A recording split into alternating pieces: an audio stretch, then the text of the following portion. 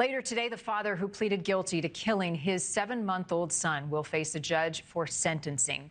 Jake Haros is facing a potential sentence of 25 years to life. Last month, he pled guilty to second-degree murder, assault of a child under 8 that results in death, and filing a false police report. His wife, Rebecca Haros, is also facing charges in the death of Emmanuel. She has pled not guilty.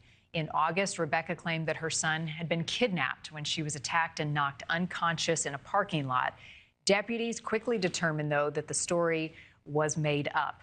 As of today, the search for Emmanuel continues. District Attorney Mike Hestron, who is on the case, says investigators have a strong indication of where the baby's remains may be. Documents reveal he could have been killed as early as August 5th, 9 days before he was reported missing on August 14th. Trial attorney Brian Claypool is joining us to talk more about this case. Thank you. What a tragedy from start to finish. This poor little boy deserves so much better.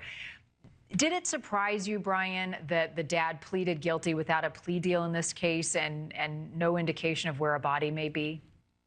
Hey, Marnie, always great to be with you. Yeah, I was very surprised by that, but I was more surprised by the district attorney cutting a deal with this guy without having found the body. Why?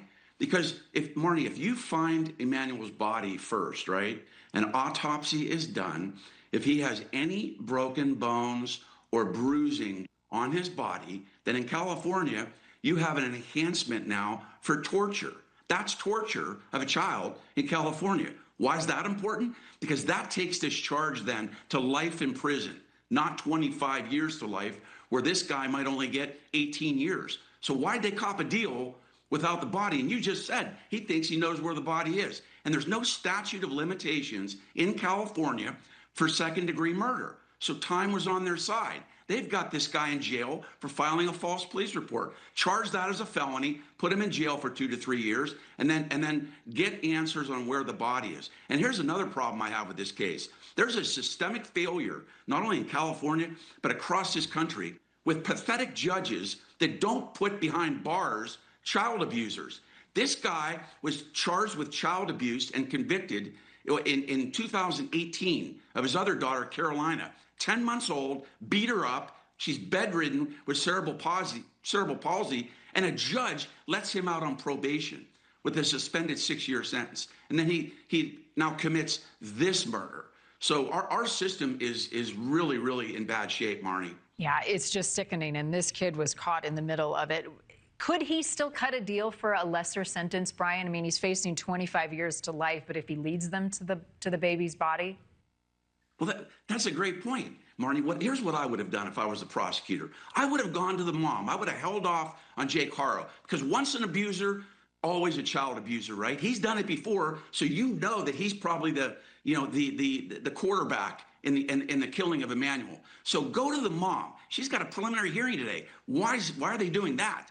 They should have gone to her, cut a deal with the mom, because she's likely less culpable, and then had her tell them where the body is. Hey, we'll cop you a deal, Miss Haros, if you tell us where the body is, and then get the body, and then examine the body for torture. I've had many cases out here, Marnie, in the civil forum against CPS, where autopsies are done of children, and they detect ongoing abuse through autopsies, and that's helped us win many cases out here, but that also helps in the criminal prosecution. So they should have not copped a deal with him until they had Emmanuel's body.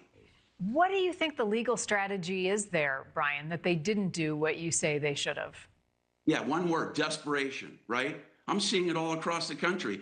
I do a lot of sexual abuse cases, child sexual abuse cases. I'm seeing prosecutors that are rushing to the courtroom to cop any deal they can get. Why? Because they're afraid to try these cases. They want to take the easy path on cases that might be a little challenging. I get it. You don't have the body yet. That's a challenge. But I just said it. This dude who's the prosecutor, he's got time on his side. Why is he rushing to get a plea deal? I mean, Marnie, if that was your kid, what you want to see this guy could potentially get maybe 18 years, then he's out of jail in 12 years? That is catastrophic. So I believe the district attorney in this case, because he didn't have a body, got afraid. Oh, okay, he's going to plead. Let's take that.